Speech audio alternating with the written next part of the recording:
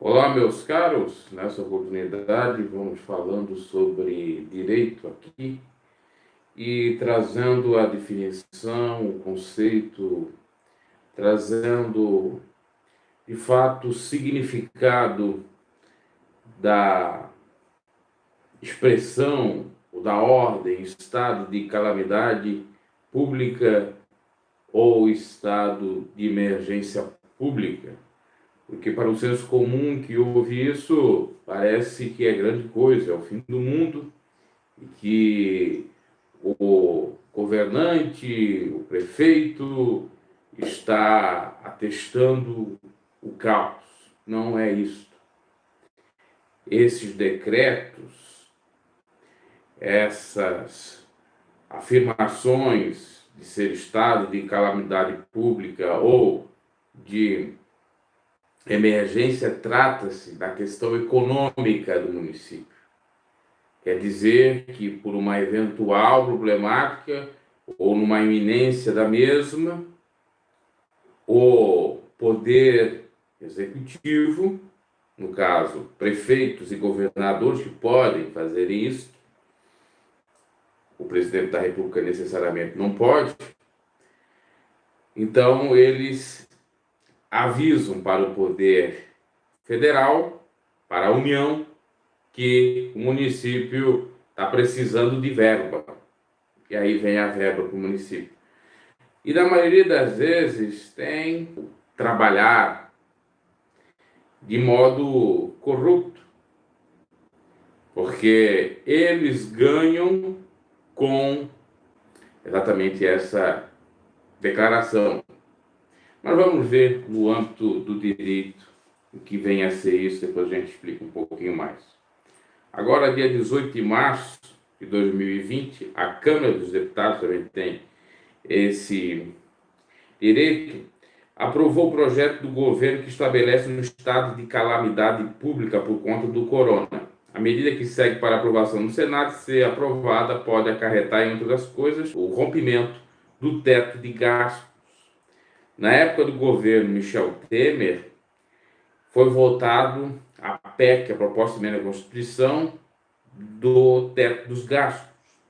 No entanto, declarando estado de calamidade por parte dos congressistas, cai por terra. O teto dos gastos é o seguinte: você tem no caixa 100 mil reais, você só pode gastar aqueles 100 mil reais ou gastar até um pouco menos, 90 mil reais, para que não haja uma quebradeira. Você não pode gastar mais, isso a nível dos cofres públicos, do que você tem. Então, aprovada a calamidade pública, aí pode gastar fazendo empréstimo ou outras coisas, convênios, etc. E não é a primeira vez que a gente ouve isso, inclusive na década de 2010 para cá. O Rio de Janeiro, por exemplo, em 2016, quando teve um problema financeiro, inclusive para realizar os Jogos Olímpicos, decretou calamidade pública no âmbito financeiro. Então, a calamidade pública não é necessariamente o caos. Ela pode ser, sim, um motivo, já já a gente vai ver, pode ser motivo natural, um motivo humano, mas quando um executivo decreta, está se referindo à ordem econômica. O povo, então, não fazer confusão. O estado de calamidade pública é uma situação anormal em que a capacidade de ação do poder público municipal ou estadual fica seriamente comprometida. Essa situação é fruto de, ou pode ser fruto de, um desastre, não importa se causado pela natureza ou por outros motivos econômicos, sociais, e também, inclusive, por conta da situação do corona, ou por conta de problemática humana. Nessas situações, o governo federal deve intervir para auxiliar o ente a superar a situação. Algo que ocorreu, inclusive, em Brumadinho. Teve interferência do governo federal lá, não só na questão de verba pública, mas também enviando as Forças Armadas, enviando todo o suporte, enviando o Corpo de Bombeiros, enfim. Inclusive foi até membros do Exército de Israel participar naquela situação lamentável. No entanto, temos a diferença de calamidade pública para o estado de emergência ou situação de emergência. Pode ser estado, pode ser situação, é a mesma coisa. Então, para o decreto do estado de calamidade, a coisa tem que ser mais séria. Já para o decreto de estado ou situação de emergência, ela é meio termo, vamos colocar assim, ela não é tão grave. A calamidade pública é mais séria, compromete bastante as possibilidades de resposta doente. A situação de emergência é anormal, provocada por desastre, mas os danos são menos graves e mais simples de serem contornados. Então, essa é a diferença. Por exemplo, acontece um desastre natural provocado, como o sistema de Brumadinho, ocorre afetando certo estado, município. No caso, foi a cidade de Brumadinho. Se a situação for muito grave, o município ou o estado decreta estado de calamidade, como foi decretado lá. E aí o governo federal age. Reconhecida a situação, o governo federal determina nas quais medidas de apoio serão tomadas e quanto será gasto nas ações. Antes de agir, o Poder Executivo Federal precisa reconhecer o estado de calamidade. Claro que eles vão averiguar se realmente encaixa, se de fato precisa. Então, libera recursos, envia para a Defesa Civil Militar, envia kits emergenciais, por exemplo, se precisar, pode parcelar dívidas, atrasar a execução de gastos, não precisa realizar licitações quando está nesse estado. Tudo tem a ver com o orçamento do Estado, o orçamento financeiro do Estado ou do município. Então, por exemplo, no estado de calamidade, além de receber a ajuda do governo federal, ou o município ou o estado, ele pode comprar sem fazer licitação, que é uma regra da administração pública que precisa, tudo que for comprar tem que fazer a licitação para escolher qual seja a modalidade, geralmente é aquela que é mais vantajosa, e aí aparece lá 3, 4 empresas que querem fornecer ou, vamos dizer assim, produto de limpeza para o governo. E o preço é mais viável, então se faz por intermédio de licitação. Agora, quando há o estado de calamidade, não precisa, porque às vezes quando vai fazer o licitação, acontece que demora muito.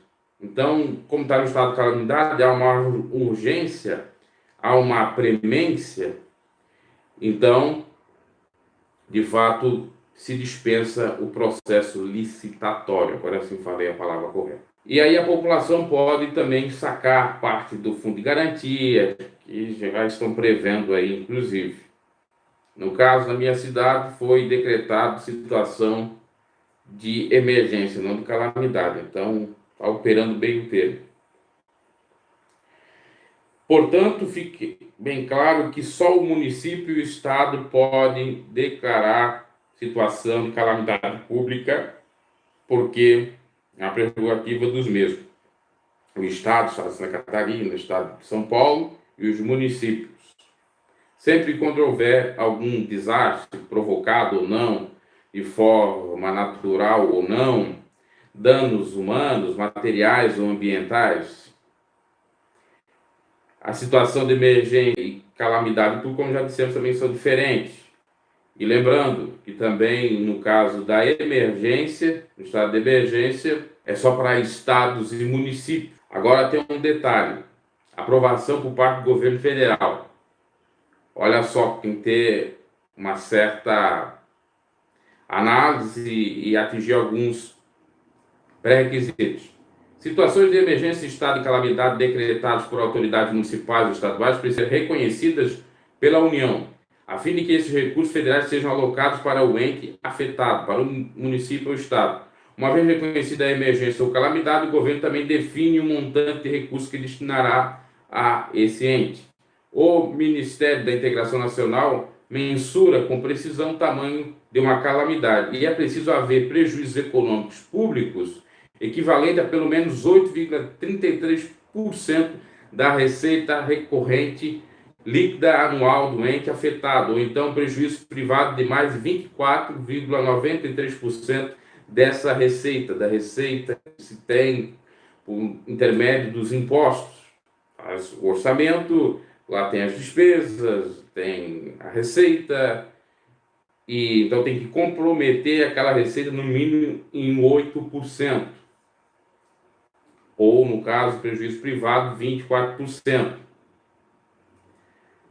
Situações extremas requerem medidas extremas. É por isso que o caso de calamidade pública, o governante tem à sua disposição poderes que em suas situações normais seriam considerados abusivos. A fim de salvaguardar a população atingida, além disso, o governante passa a compartilhar responsabilidades com outros entes, principalmente com o governo federal. Por isso que existe o estado de calamidade e o estado ou situação de emergência. Agora, no âmbito federal, nós já temos outros nomes.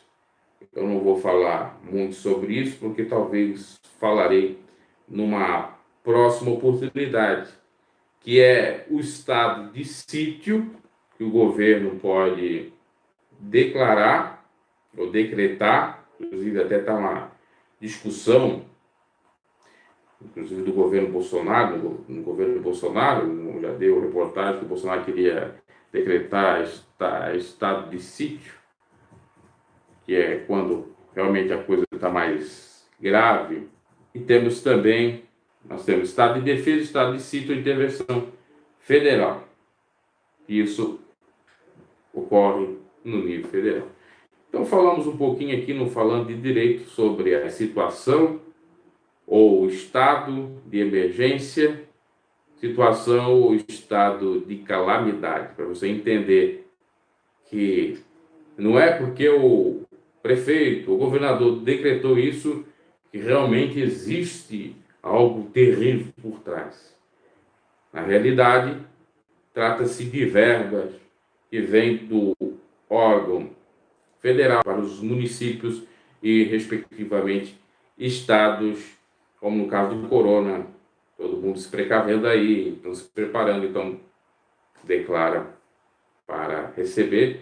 Tem aqueles que são espertinhos, que fazem ali